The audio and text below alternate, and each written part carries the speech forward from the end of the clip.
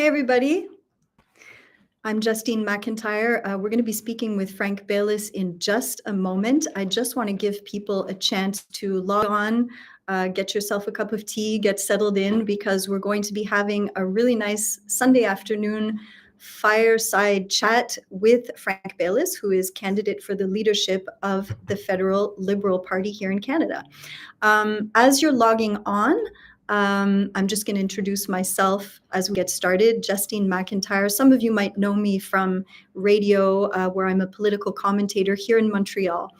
So I'm with Frank Baylis today, and we're going to be talking about all of the questions that people have sent us. So we've received a mountain of questions, and our challenge has been sorting through them. We will get through as many as we can, and a lot of folks are asking about the same types of things as well. So hopefully I'll get to the question that you sent. Bonjour tout le monde, merci de vous joindre à nous aujourd'hui pour notre conversation ici à Montréal. Je m'appelle Justine McIntyre. Certains d'entre vous vont peut-être me reconnaître en tant que chroniqueuse dans les médias, chroniqueuse politique ici à Montréal.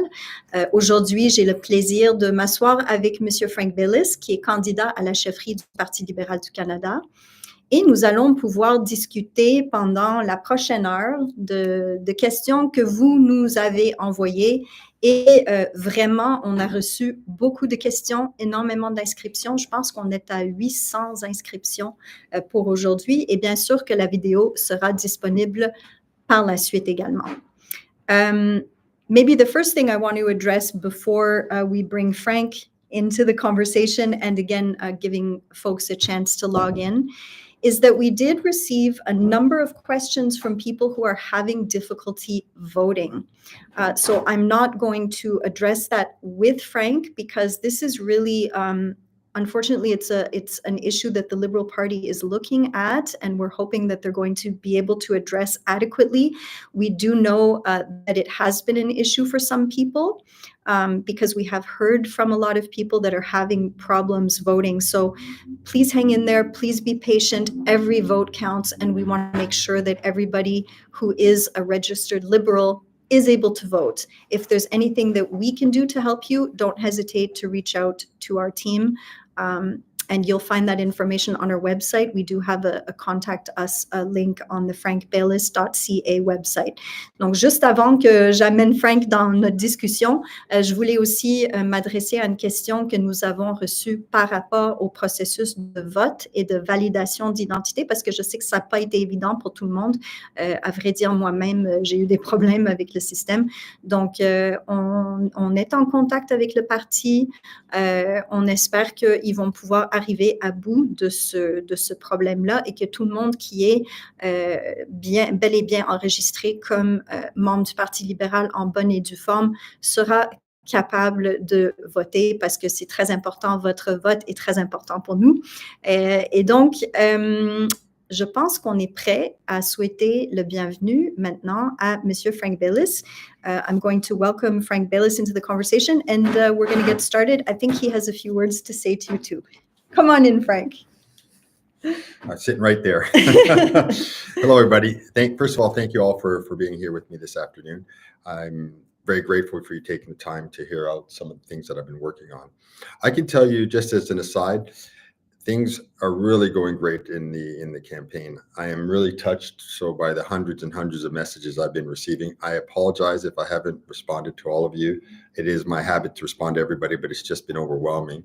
And it's been really nice to see the encouragement that people are saying and telling me that they enjoyed the debate. They really enjoyed my straightforward method, my willingness to answer questions directly. So I appreciate all that. What I'll do is I'll take just a few minutes to give an overview of my plan, and then we can get into the questions. Sure. Good. Okay. So I put forward 3 priorities.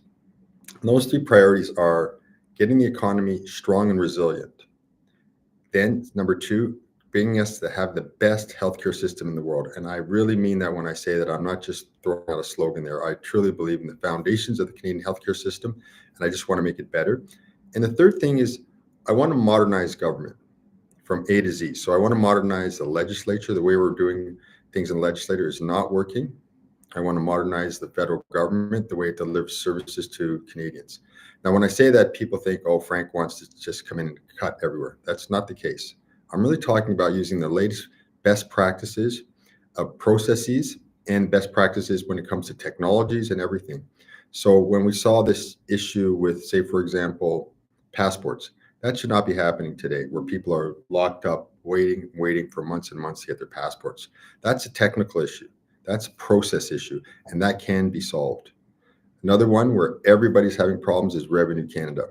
Small businesses, large businesses, individuals, and like I tell everybody, the person calling Revenue Canada for help is not the person trying to steal money. They're the person that's trying to pay their fair share of taxes. So we need to get that working. Now, what I haven't been able to show, but if you see these 3 points, you'll actually see they're all related.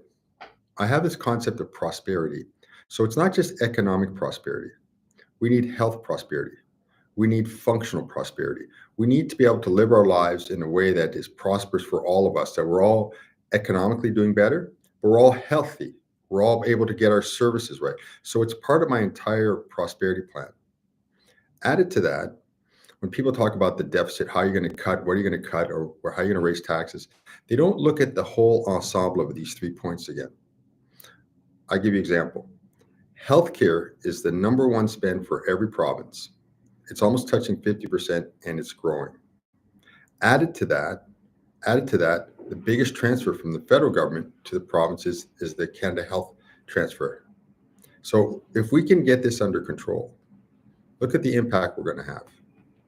Added to that, you look at then my 3rd point, which is to make government more effective.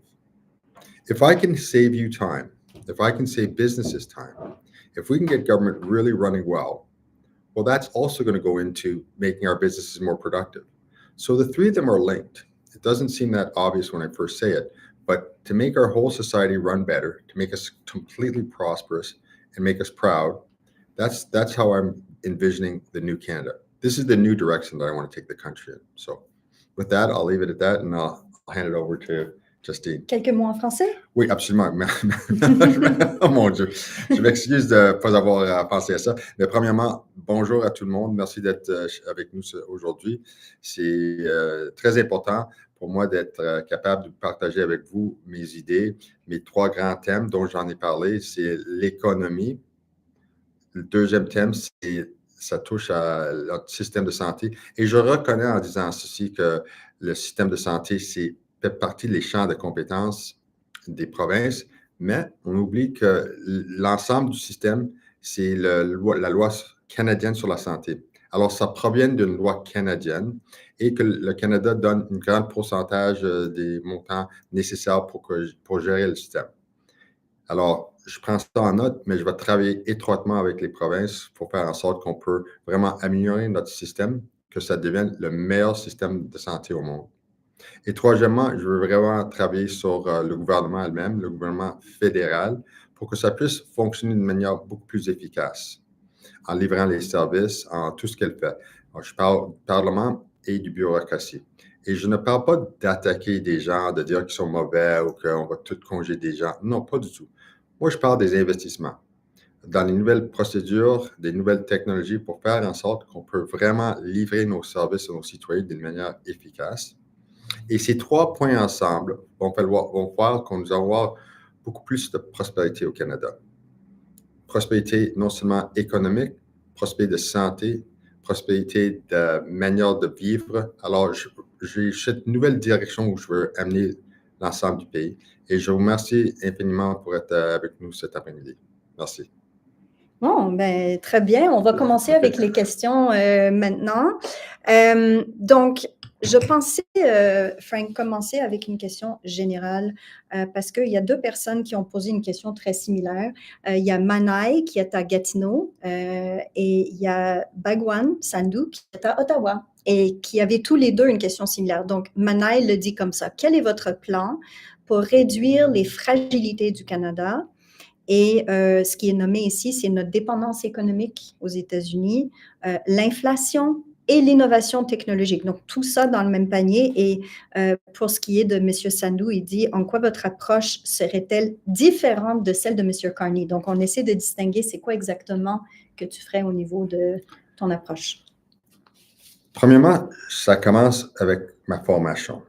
Ma formation, je suis formé, je suis un ingénieur de formation, un ingénieur professionnel. Alors, on a une certaine mentalité, une certaine approche quand on voit des problèmes.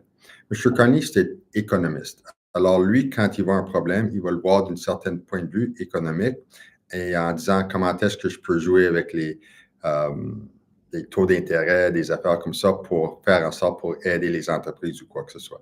Moi, c'est plutôt des expériences que j'ai vécues moi-même. J'ai bâti l'entreprise dont ma mère avait commencé pour moi, mais je l'ai bâti de 2 personnes à 1000 personnes. Alors, je connais toutes les étapes qui sont nécessaires pour bâtir une entreprise et je connais aussi comment le gouvernement peut aider les entreprises et des fois, comment est-ce qu'il peut mettre les bâtons entre les roues, comme on va le dire là. Alors, c'est vraiment une différence de capacité, de connaissance d'où je proviens ou d'où M. Carney provient. Aussi, moi, j'ai une vision globale, comme je l'ai bien expliqué. C'est pas juste l'économie par elle-même, tout est interrelié. Encore, c'est comme ça que j'attaque le problème. Et je l'attaque d'une attitude d'ingénieur. On est formé pour régler des problèmes. On n'est pas formé pour blâmer des gens, on n'est pas formé pour en discuter ou en avoir des grandes idées, grands thèmes. On est vraiment formé pour rentrer là-dedans. Et pour le terrain. Pour être sur le terrain, exactement. OK. Ben justement, peut-être là-dessus, parce que là, c'est un peu plus spécifique au niveau de votre expérience. Maybe we can say this part in English just because I want to try to maintain a balance. And I'm sorry if people get dizzy because we will be going back and forth between English and French here. But maybe you could talk a little bit about that in terms of, your approach being a little bit more concrete, more based in your experience as a business person and how you would deal with some of these issues. Sure. So the question was comparing me to Mr. Carney and our approaches. Mr. Carney is an economist, and he comes from that economic background. And what they do is work on what they call monetary policy. Now, I don't want to get too much detail, but these are people that play with interest rates to try and control inflation. We don't really need that need right now. It's just like what I can see it, and it's nothing for or against Mr. Carney. What my background is in building enterprises, building businesses. So I know what a business needs to be successful, and I know what gets in the way of a business. And by virtue of the fact that I was elected for 4 years, I've seen the inner workings of the government too. And I understand what the government sometimes does not understand, if I could say it that way. And sometimes they're really getting in the way of our businesses. They're getting in the way of our prosperity. And I'm not saying that they're trying to be negative or bad, but they just live in what they call the Ottawa bubble. And if you look at the whole way this campaign has been run, you'll see that same attitude, the Ottawa bubble, in the way that they looked at my candidacy, because I was not living in Ottawa or had been a bureaucrat or a long-time member of parliament. They say, well, this man can't be serious. So now you're talking about from the media side? Well, I'm just talking in general, like the media, the political class, when they look at it, the analysts, they say, this can't be serious because it's not part of our world. And I don't want to be part of that world. I want to be part of what I call, I would say, the real world, but where everyday Canadians are living and going through. And I know that because I've been there. So I've seen when government put in ideas that are really bad for business. I've seen when they've helped businesses. And I've seen it from when I was a 2-man, 3-man operation with my mom and my partner, Chris, till we built it to 1,000 people. So I've seen every stage of the way, and I understand that. And by virtue of the fact that I've also been in government, I understand that part too. So I bring that kind of global approach, which is a different approach from Mr. Carney's. And I'm not saying his is right or wrong. I'm just explaining how mine is different. We have heard from some people in the media, and I think Mr. Carney himself has tried to identify himself as being an outsider to the Ottawa bubble, as you call it.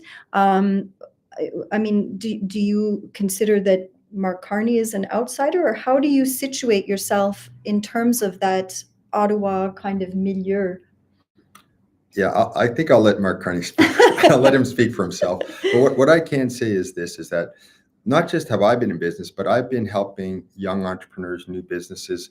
So I'm known across the country, but not in the political world as much as in the startup world, in the world of helping accelerate businesses, helping them be successful, things like that. That's my world. So I've come not just from my own personal experience, but from seeing all these wonderful technologies and wonderful opportunities that are out there. And by the way, I'd like to tell everybody, Canada has amazing entrepreneurs. Canada has amazing technology. Every day I see it, I'm really blown away by the quality of stuff. So I'm just saying, if we can help these people, if we can help our entrepreneurs, if we can invest in ourselves, this is one of my themes, un de mes thématiques là. One of my themes is we have to believe in ourselves. We have to invest in ourselves. It starts with our universities. This is the foundation, a foundation of advanced economy. So I don't want to see us squeezing our universities, which is what we're doing now. It's a really very, very short-term thinking. We have great universities here, but we're squeezing them. We're not giving them the full budgets that they need. And it's not a lot of money in the grand scheme of things. So I start off with universities, but then I want to be investing in Canadian companies. I want to be investing in Canadian know-how. I don't want to be spending tens and tens of billions of dollars to try and attract one or two companies to come to Canada and create maybe 500 jobs. I don't want to be doing that. I want to do the opposite. Okay. I want to come back to the question about getting finances in order. This is a question that was sent to us from Pierre Nadeau, qui est à Québec. Donc, je vais poser la question en français. Il dit, beaucoup de Canadiens sont inquiets des finances publiques du pays. Donc là, on parle vraiment des finances publiques. Comment vous y prendrez pour diminuer les déficits et ramener les finances du Canada dans un meilleur état qu'elles ne le sont actuellement? Alors, j'ai parlé de ça durant les débats, mais je vais mettre l'emphase encore là-dessus, c'est que d'habitude, les gens voient juste deux manières de régler des problèmes des déficits budgétaires. Soit qu'on va couper des services ou qu'on va augmenter des taxes. Mais une troisième voie, et c'est vraiment cette troisième voie que je connais personnellement moi-même, c'est d'augmenter notre productivité. Ceci va faire en sorte qu'on aura plus d'argent dans nos poches, le gouvernement, il y aura plus d'argent, et on pourrait payer pour ces excellents programmes qui ont été annoncés, mais qu'on ne trouve pas les moyens de payer pour ces programmes-là.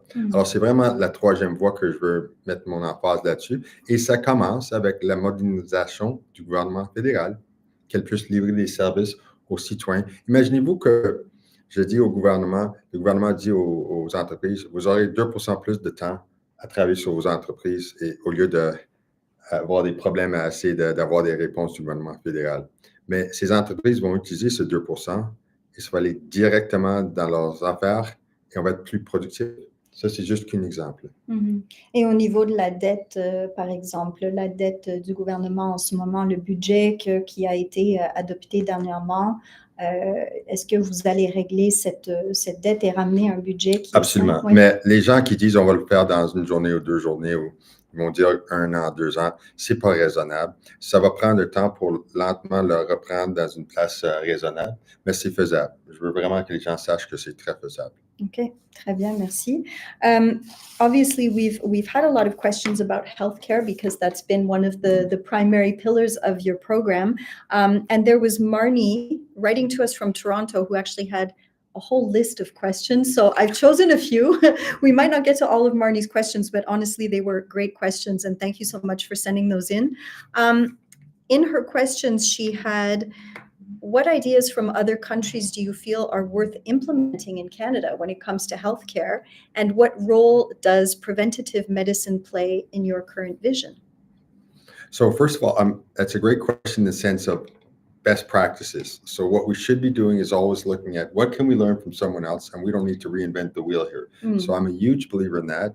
And then preventative medicine is absolutely a critical aspect of what we should be doing. So I have seen technologies right here in Canada. There's a company in Toronto called Pentavere. They just won something called the Prix Galien, the Galien Prize. It's like the Nobel Prize for healthcare technologies and that. They won it for an artificial intelligence system that can now go in and read everybody's data, predict what's going to happen, and help our system change from reactive to proactive. So right now, we show up when we're feeling bad. But imagine the system can tell us, okay, you're going to have these problems, or you're going to have to take these actions to avoid these problems. It becomes proactive. And I'll give you an example. So if you're a man and you're over 50, they say every man over 50 has to have a prostate test such and such a time, or every woman over a certain age has to have a breast cancer test such a time. But you know what? Maybe someone, they say, you're okay. We don't need to see you only every 5 years, but we better see you every 6 months. And we can start to really reactive, not just reactive, I mean proactive, and say, okay, we've identified different people and we've identified their needs. That exists today. It's brand new, but it exists, and it exists right here in Canada. Now, when I see that, I say, okay, well, we don't need to. That's when my argument about investing in ourselves. Why go somewhere else? It's right here. It's right here in Canada. I've seen amazing artificial intelligence opportunities in the whole healthcare system. I know that the FDA, which is the Food and Drug Administration of the United States, has approved about 2 months ago their 1,000th product. We're using AI in healthcare. That's how fast it's coming. And we can harness that, put it to work for us, and use our own technology. You know who else is working on this? Is Google and Microsoft and this tiny little company in Canada. So guess who I'm betting on? Yeah. And guess who's going to get all their money and going to make it really work? That's an example. Okay. And I want to help them before they get gobbled up. Wonderful. Very interesting. Now, a lot of people were also mentioning that the Canadian government sure has a certain amount of things that they can do, but mostly what they do in terms of healthcare is fund the provinces, who are the ones who are delivering the services.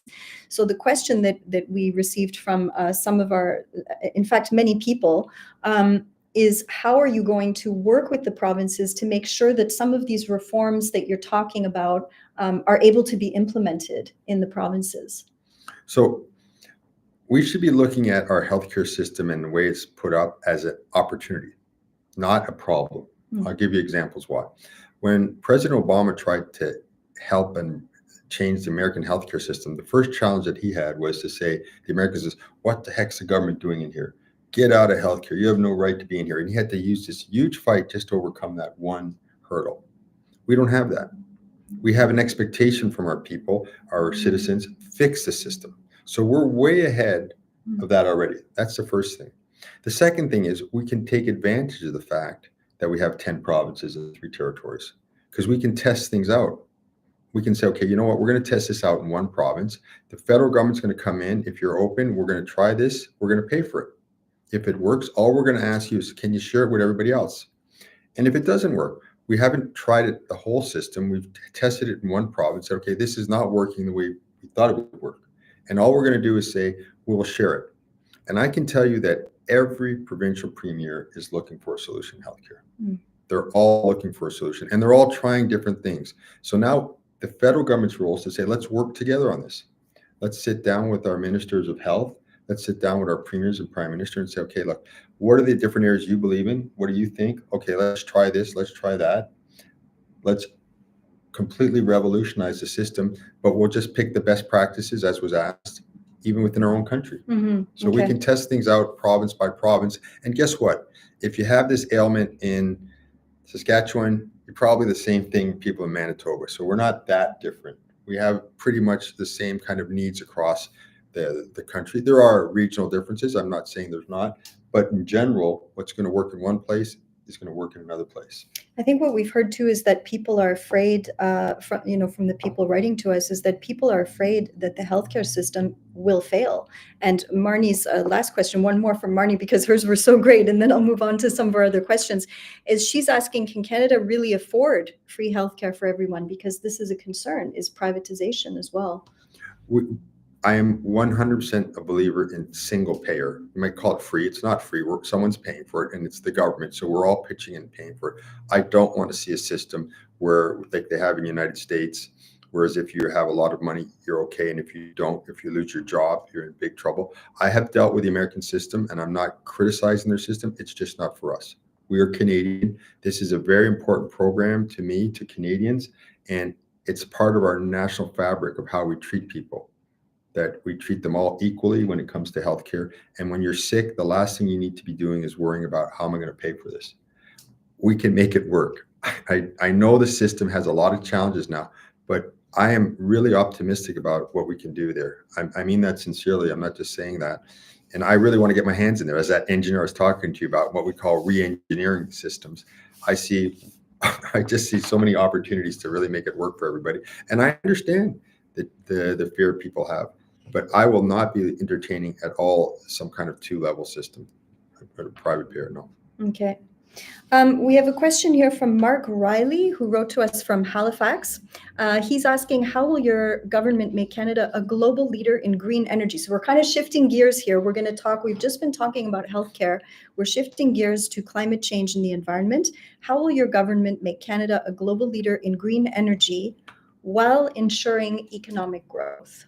So we're actually in a really interesting point now. I had said to my team beforehand, no questions about Trump, because I don't want to. You might get one or two. Canada's much more than Trump, but this one does tie into Trump. I'll tell you why. Because he's denying climate change, and he's going to take all the money that they're going to spend developing great technologies to dash climate change, and he's going to pull that funding away. So it's actually a huge opportunity for Canadians on the North American front, and the needs to say, okay, you know what, we're going to go while he's leaving for a short term, because this is a real problem. That gives us a leg up. I'm thinking like a businessman here, saying, okay, great, let's really invest now in our green technologies. Let's really get this thing working. And guess who are they going to, and let's get it all patented. Let's get this innovation economy going. And when the Americans have a new president, or they realize we really do need to deal with this problem, we'll be in front.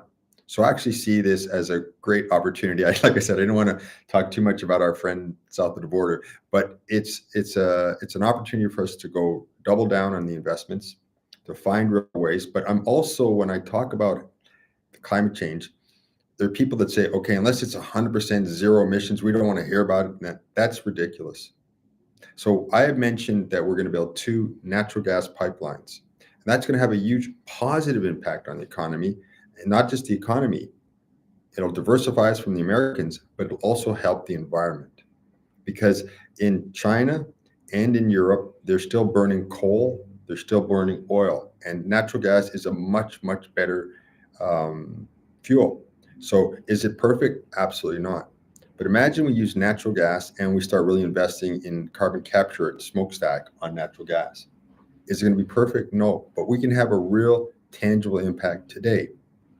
So if these pipelines were in place today, we'd be economically diversified, our economy would be stronger, and we would be helping the environment today. So I'm not about saying it has to be perfect before we implement anything.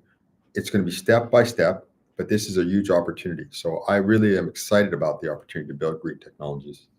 I have the feeling you see everything as an opportunity, Frank.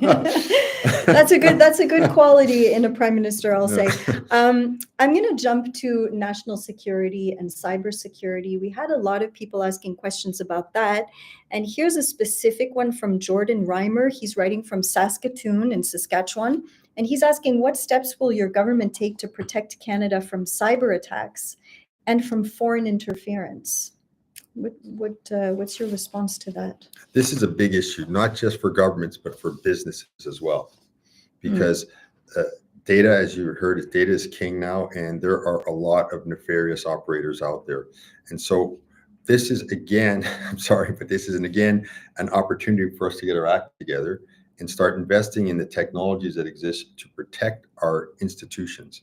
And there are bad actors out there trying to hurt our institutions. They're trying to control our elections. They're trying to steal our data. They're trying to copy our technologies. So I would see the government putting together the federal government putting together a real plan to educate and support and help implement technologies for the future. Technologies that are going to be protecting our databases, protecting our education, not our education, our elections, protecting all these issues. So that is an absolutely real concern, but it's an addressable concern. And again, what I would do, and I don't want to get too technical here, but I had announced something called that card system, which is similar to the American DARPA, where we would go to Canadian companies, and this is totally legitimate under our trade deals, and say to them, we're going to give you research and development money to develop systems to protect us. And then we're going to try 5 or 6 companies. And then afterwards, we're going to see who came up with the best solutions. And then we're going to buy them from those companies. So we're going to invest in ourselves. We're going to find our own solutions. And then we're going to have a stronger economy at the same time. I just want to clarify for our listeners, when you talk about CARD, that's the agency that you're proposing, which is the Canadian Agency for Advanced Research in Defense, Yes. Which is something that you talked about during the debates. And that's part of your commitment to achieving the 2% GDP NATO target. Exactly. Yeah. I'm getting too technical, but so I've said we should spend our 2% in GDP to meet our NATO targets, but let's spend it intelligently. I don't want us to go out and buy American or European weaponry and say, okay, that we've done it.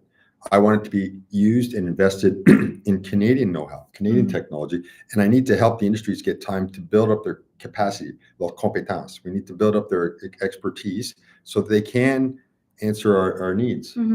That's when people say we'll get 2% in 3 or 4 years of spending on defense. You could do it, but then you're just buying someone else's stuff. I don't want to do that. I want to ramp us up intelligently. It's very easy to waste money. I'm going to say you've seen the government. So it's easy to waste money, but it's more difficult to spend it intelligently so it has a positive impact on our own economy. Peut-être un mot là-dessus en français sur le même sujet par rapport à cette cible de 2% de notre produit intérieur brut de dépenses en défense qui est un engagement du Canada auprès de nos alliés de l'OTAN. Parce que je sais qu'il y a des entreprises, même au Québec, qui pourraient bénéficier d'un accroissement de dépenses en défense. Absolument. Ici, au Québec, nous avons une industrie formidable, l'industrie aérospatiale.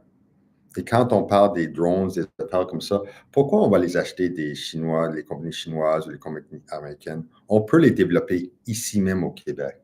On n'a pas à les développer nulle part d'autre.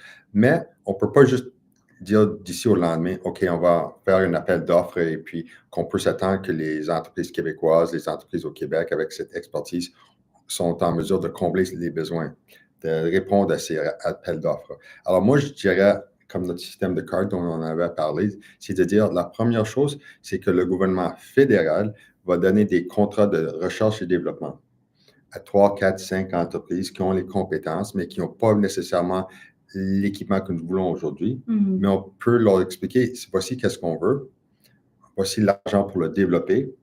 Et à la fin de la journée, on va voir qui a développé le meilleur système qui répond mieux à nos besoins. Et de là, on peut l'acheter. Et tout ceci peut être fait sans avoir des problèmes avec nos ententes de libre-échange. Parce que les dépenses en défense sont hors de ces ententes. Donc, ça ferait partie peut-être aussi de ce que vous avez mentionné au début, de comment renforcer l'économie canadienne, réduire notre dépendance des États-Unis aussi. Exactement ça, c'est qu'on investit dans nous-mêmes. C'est assez clair pour moi. OK, d'accord. We're going to change gears again here with a topic that comes from... it was on, let me see. Oh, I think I lost it here. Yes, women's issues and gender equality. This is from Claire Dubois. So, sorry, we're going to go into French again and then we'll jump back into English. Claire Dubois de Québec, encore. Comment garantirez-vous une meilleure représentation des femmes dans les postes clés du gouvernement? Alors, je nie pas qu'il y a des barrières. Et pour moi, tu as deux approches. Soit qu'on enlève les barrières ou qu'on va faire on va mettre des gens, on va te porter une côté du barrière, mettre une femme ici ou une personne d'une différente race là-bas. Moi, je ne crois pas en faisant ces types en anglais, on appelle ça tokenism. Moi, je ne suis pas pour ça. Moi, je suis vraiment pour s'adresser fondamentalement aux barrières. Une des grandes barrières que nous avons, c'est d'avoir des femmes qui veulent devenir députées. Pourquoi? Parce que quand tu rentres à la Chambre des communes, le comportement, c'est complètement inacceptable. Ça provient d'un temps où c'était que des hommes. C'était une approche extrêmement masculine, extrêmement macho, que je déteste. Je vais vous dire honnêtement, je déteste cet environnement-là. C'est de pire en pire, d'ailleurs. Absolument. Et puis moi, j'avais proposé, ça fait partie de mes plans, comment est-ce qu'on peut le régler. Parce qu'on ne veut pas dire, OK, on fait de la place pour des femmes, mais il faut que vous vous comportez comme un homme. Ça sert à quoi d'avoir une femme qui dit, OK, je vais me comporter comme un homme macho et je vais crier, je vais faire toutes sortes de bêtises comme ça. Alors, quand j'étais député et je voulais faire des changements, j'ai essayé de faire des changements. J'ai pu comprendre que les gens en charge ne voulaient pas voir les changements. Mais les premières personnes que je suis allé voir, on avait les caucus des femmes. Parce que je savais que j'allais avoir des alliés avec le caucus des femmes. Que je leur expliquais, voici les changements qu'on devrait apporter au système. Et oui, ils m'ont accueilli avec bras ouverts pour dire oui, on veut faire ces changements-là. Alors moi, je veux vraiment adresser le problème fondamental, pas juste de faire du tokenisme. Si tu veux. I'm going to ask you to do the same question in English because I want everybody listening to be able to hear what you had to say about that. I think it's really important. And si je peux me permettre, what you're talking about really strikes a chord with me because my mother, when she got into law at the time in the 1980s, felt that she had to be a man in order to be successful in a man's world. Explain the question. So the question is about gender equality and what Frank's government would do in order to ensure that women have a role in government. So what I'd explained there was that I'm not about just doing tokenism, which is there's a barrier and we take someone on this side and say, okay, we need a woman, so we put her on that side of the barrier, or we need someone of this race, so we put them on that side of the barrier. I'm about taking the barrier down. I want the barrier to be removed. And I gave an example. When I was elected, the environment in the House of Commons is toxic. It's unacceptable. It's highly charged machismo, male aggression. And I couldn't stand it. So I tried to bring forward a motion called Motion 231. I worked in concert with Liberal, NDP, Conservative, and Green Party to say, let's change the system to make it more reasonable. And one of the first people I went to see was the Women's Caucus, because I knew that they would be my allies. They would say, yeah, Frank, we're with you on this. This is unacceptable behavior. So I don't want to say to a woman, hey, we've made a space for you. Here's your slot. Come in and act like a man. What's the point then? What's the point? And I can tell you, it's not just women. Like there's a lot of cultures where that behavior is completely unacceptable. My own upbringing, I could not do that. I had my daughter. One of my daughters came to the House of Commons. And I invited a lot of people to come to House of Commons because I wanted them to see, this is what's going on. I need you to see what's going on so that you understand why I want to change it. And they're shocked. They're saying, is this acceptable? Yeah. And it's not acceptable. If you did that behavior in any other business, you're getting fired, and rightfully so. So I want to change the fundamental functioning of the House of Commons. That's just one example, to make it women friendly, make it other culture friendly. And I tried to do that. And I could see that the powers that be don't want it. That's fine. I left, but now I'm coming back. And I'm coming back with real solutions. And if people support me, I can make those changes. If you give me the mandate, I know how to do it. I know how to make these changes. And it's not my ideas, by the way. If someone asks about best practices, these are all ideas that other people have had that are proposed that we couldn't get through.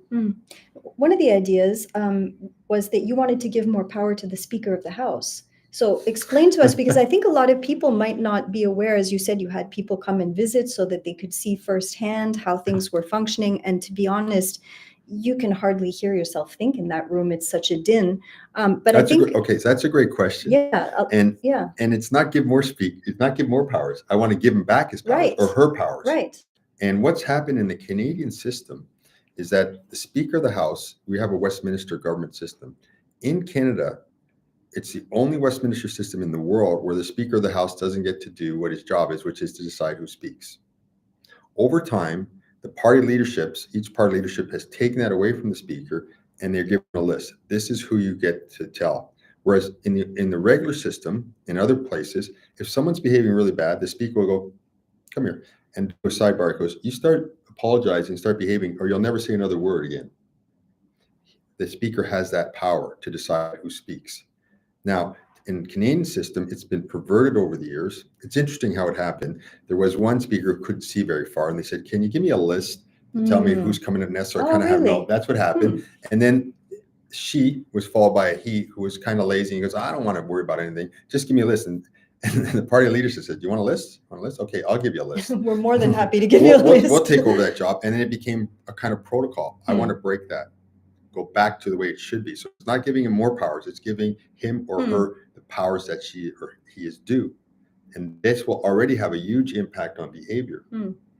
So this is just but one example of many that we need to fix the system. Sometimes we do make changes. Sometimes we need to hit the reset button and go back to the way it was. And this will have a major positive impact on behavior. I'm going to give you a little side because this happened when I was there in Parliament. Someone's trying to speak, and this other person on the other side, I don't want to get names or whatever, yelling. And then the Speaker of the House stands up, The minute the speaker stands up, everybody has to sit down and be quiet, and the microphones go off in case the person keeps yelling. And he's, admonishes the person, please stop yelling. Then he sits down. And he goes to the other person, you can start your speech again. They start, and this fella starts yelling again 3 times. And at the end, after that guy finally got his speech done, I could see the speaker's face, and he collapsed because he looked down and said, up next, the very person that was behaving terribly, he goes, he's up next on the list, and he got to speak. In the right way, he would say, come here, you keep it up, I'm kicking you out. Not just and he has a right to kick you out. And they want to get kicked out because then they go, oh, my freedom of speech has been impinged and all that. And there's so many changes, I have to say. So one of the changes is in the House of Commons, our House of Commons, the camera can only be on the speaker. So I went to see the people running. I said, why don't you show these people behaving badly so that Canadians can know that? I said, well, they have a rule in the House of Commons here in Canada that only the camera can be on the speaker. So to see this bad behavior, you had to come to Ottawa and say, okay, look at this person behaving badly. That's not right. So I wanted to change that rule too, put the camera on whoever's yelling and screaming. So when it came time for re-election, the other party said, look, this is what your MP is doing all day, yelling and screaming while someone's trying to talk. And nothing intelligent, by the way. So just behaving badly. I want to expose that. It's called transparency. Wow, I'd love to see that. Yeah, I'm sure there's a lot that needs to be done to clean up that environment, because honestly, it's I think Canadians, honestly have been watching some of those things at home and just shaking their head because not much can get done in that kind of an environment. I want to stay on the political topic. We got a question from Mark Olson, who's in Saskatchewan, in a place called Estevan, Saskatchewan. And this is about more the position of the Liberal Party. The Liberal Party I think maybe especially since Justin Trudeau came to power, and then with COVID, there have been a lot of social measures. There's been a lot also of collaborating with the NDP on certain policies. And so there's been a little bit of a swing to the left. And his question is, do you think it's time for the Liberal Party to move back to the center? Yeah, I would say it like this, is that in all governments, you need what we call wealth creation and wealth distribution.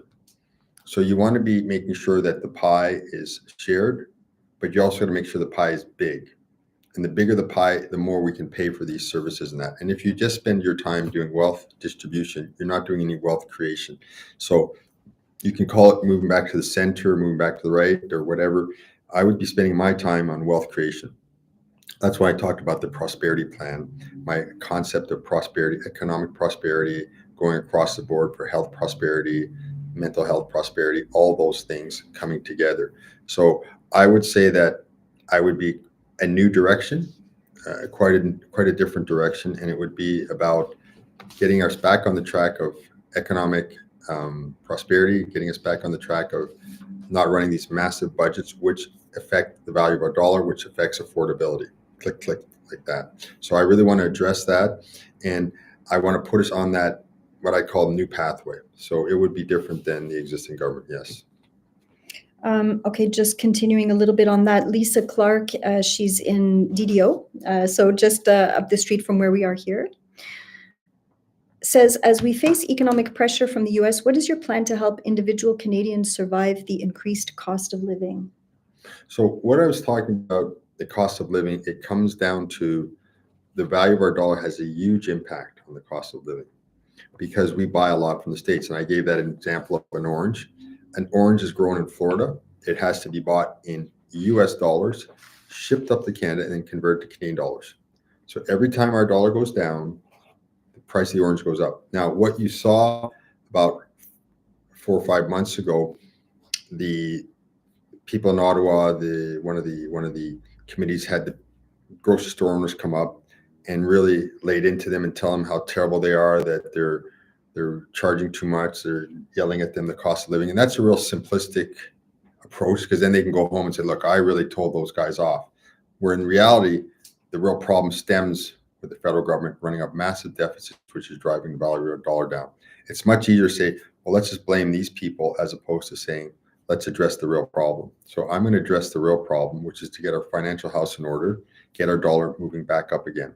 But that's also having higher productivity, having a higher innovation in all our industries, in all our sectors, whether it's natural resources, high tech, you name it, even government. I want to have us more productive. That's going to have a major impact on affordability. A question from Ottawa now, from Mohammed. This is coming back to Canada's place in the world. Mohammed is asking, what strategies would you implement to strengthen Canada's partnership with the European Union, with Mexico, and more broadly with South America? And in short, it's kind of a long question. He says a lot in here, but in short, what is your vision for Canada's path forward in a world where we can no longer solely depend on our closest ally to the south? Sure. And that everybody's talked about diversification. So when I ran my business, we sold around the world.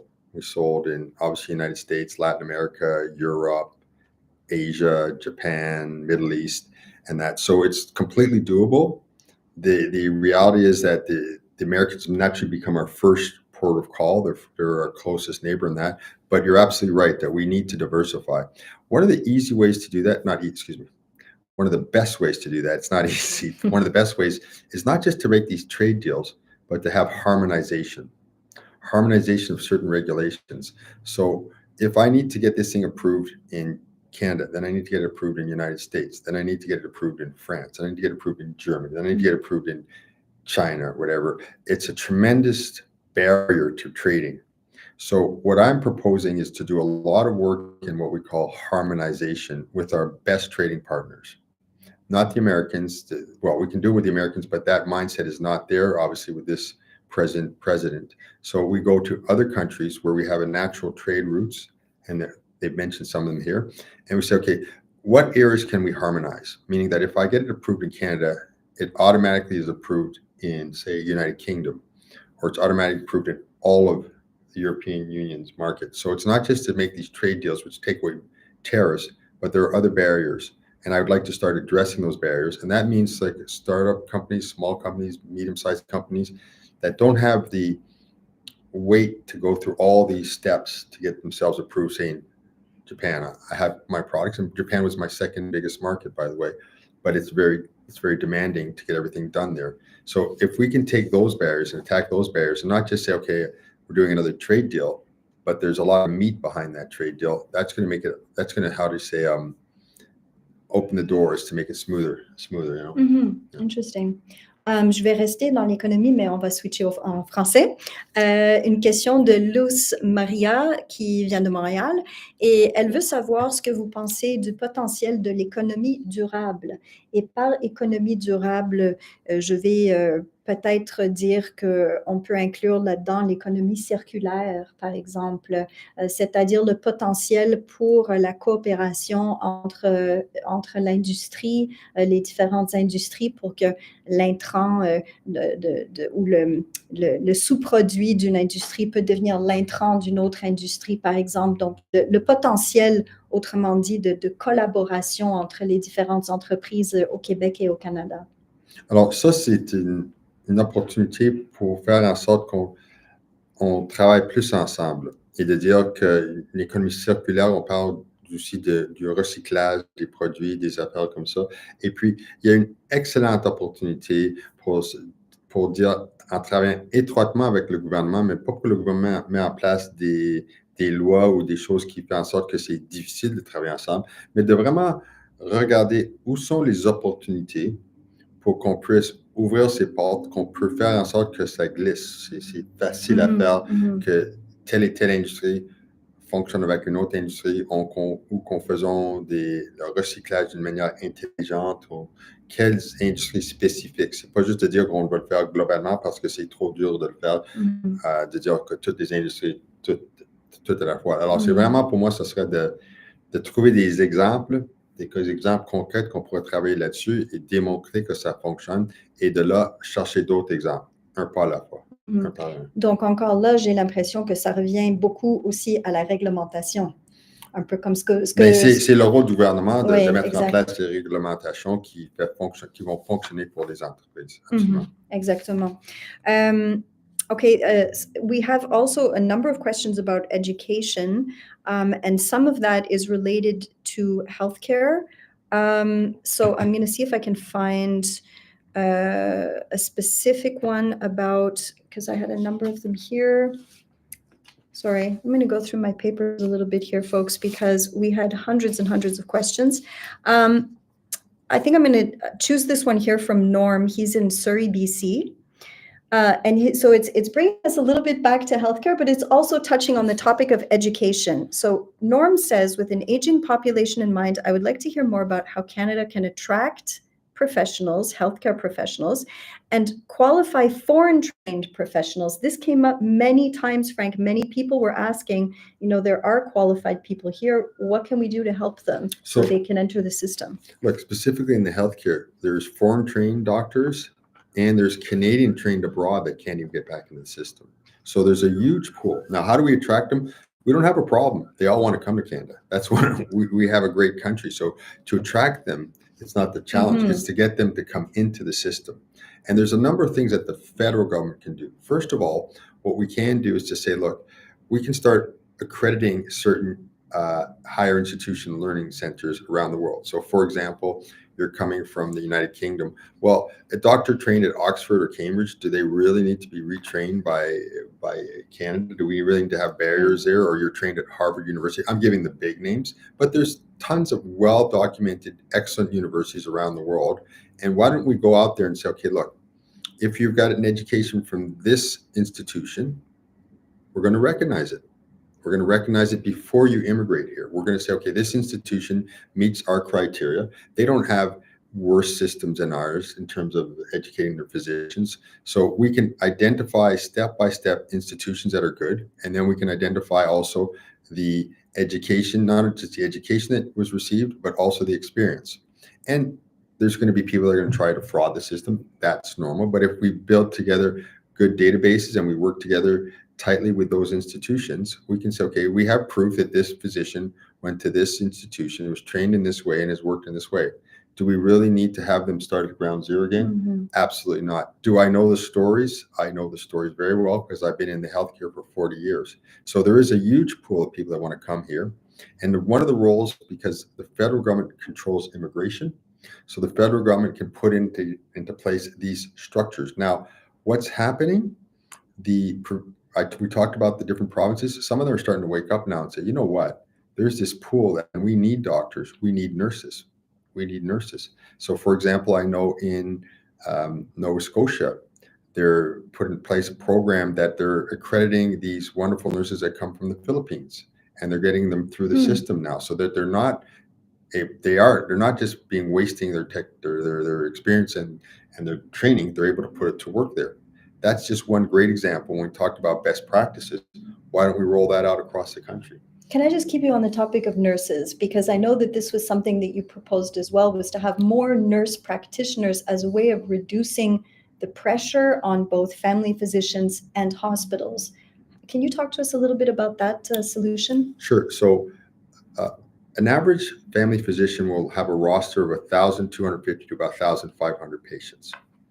Now, there's a nurse is able to do this much, a doctor is able to do that much. A nurse practitioner is not quite at the level of doctor, but can do a lot, can diagnose and prescribe and refer. So they can do a lot. Now, if we were to say have 6,000 nurse practitioners trained up, an additional 6,000 trained up, and we say, look, we only want you to look after 1,000 patients. We don't even give you a heavy roster of 1,250 or 1,500. So you have time to spend with the doctor, with the patients, 1,000 patients, 6,000 nurse practitioners, that's 6 million Canadians that don't have access to healthcare. That's the number that currently don't have access to a primary care physician. Some people say it's 6, some people say it's 8. There's an argument, whatever it is. But we have 450,000 nurses in Canada. Mm-hmm. So can we find 6,000 that want to become nurse practitioners? Absolutely. Can we train them up? Absolutely. Can we do it in a day? No. Mm-hmm. So it's going to take 5 or 6 years to get them trained up, and then we're going to bring them into the system. I talk about a continuous care center, but think of a different box, like a different office, which is not the emergency room and it's not a hospital and it's not your doctors, but you just go in, take an appointment there. and they can see you. If they have a question, they'll have a doctor on staff, but most likely will be able to do all the work themselves. Not only that, they'll have access to the latest technologies. We talked about these companies and this AI technology, so they can diagnose you quicker. They'll have access to your full medical records. All of this exists today. We're not using any of it. It exists today.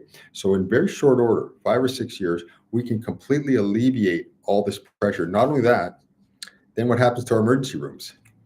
They get used for exactly what they're designed for. Yeah. So when you have an emergency, you go there, and there's not a lineup of people that shouldn't be in the emergency room, but are forced to go there. The other door I wanted to open was pharmacists. So pharmacists have what they call scope of practice, and they're trained to do this much. I'm gonna get my hands right here, this much, and we allow them to do that much. So different provinces are starting to figure this out, and they're opening up their scope of practice. So if we can show best practices, again, get all the provinces humming on that. Imagine that a lot of the minor elements, you want to get prescribed stuff, you can go and get it done at your local pharmacist. I know, for example, in Ontario, they're talking about letting pharmacists now prescribe birth control pills. Do you really need to go to see a doctor for that? The pharmacist is trained. Let them do their job. That's just but one example. And imagine if we alleviate all that work off the physicians, off the systems, then they can do more themselves. So that's why I'm optimistic, because I see these opportunities everywhere. I like that solution. And what I like about it is it's also cost saving. 100%. Costs less than an ER or a physician. I think we've got time for about one more question, and then I think we're going to have to wrap it up. And this is a good one. It's kind of broad, so you can take it from whatever angle you're comfortable with. It comes from Desminder, writing from Mississauga, Ontario, and who's asking, what will it take for Canada to become a global power? In what way? That's what I got from Desminder. So you can take it whatever direction you Okay. want. Maybe just to take our place on the world stage was so the intention. in that sense, we're not going to be a global military power, but we absolutely can be what I call a global moral power. And we used to be. And I want to see us, and I'm going to put out a little email about this tomorrow, which is I want to see us really move away from just parroting and following American foreign policy. Actually, it's obvious now that we need to do that with the new president. We absolutely need to do that, but we should be doing that anyways. And that means taking our place back on the international stage, which is what Canada was always known for, is a moral leader, a strong moral voice. And that means doing things right in our own country. That means making sure that the human rights are respected within Canada, but also when we step up into the world, that we respect that as well. I had mentioned something, and for example, peacekeeping. This was invented in Canada. Lester B. Pearson received the Nobel Prize for this concept.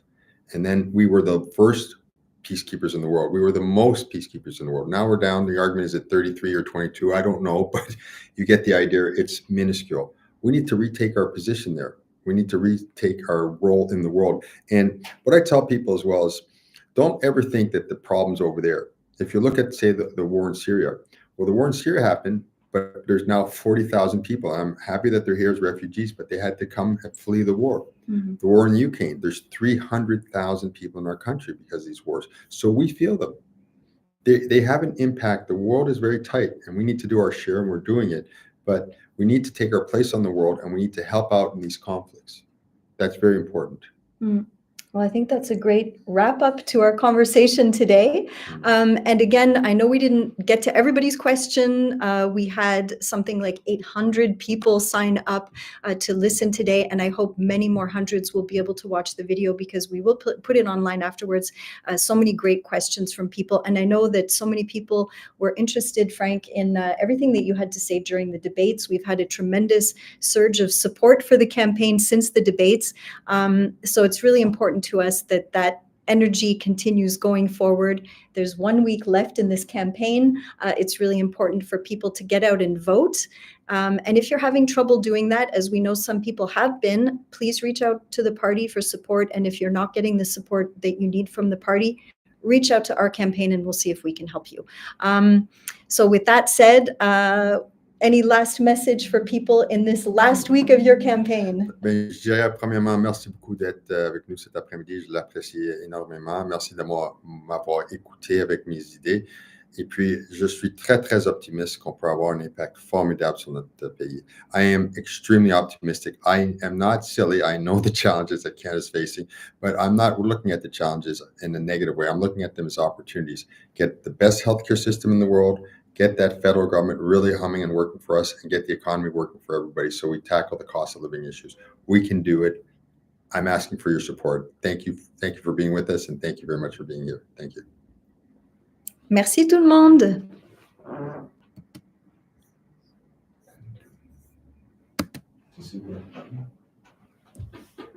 Ah, merci. Thanks everybody. Bye.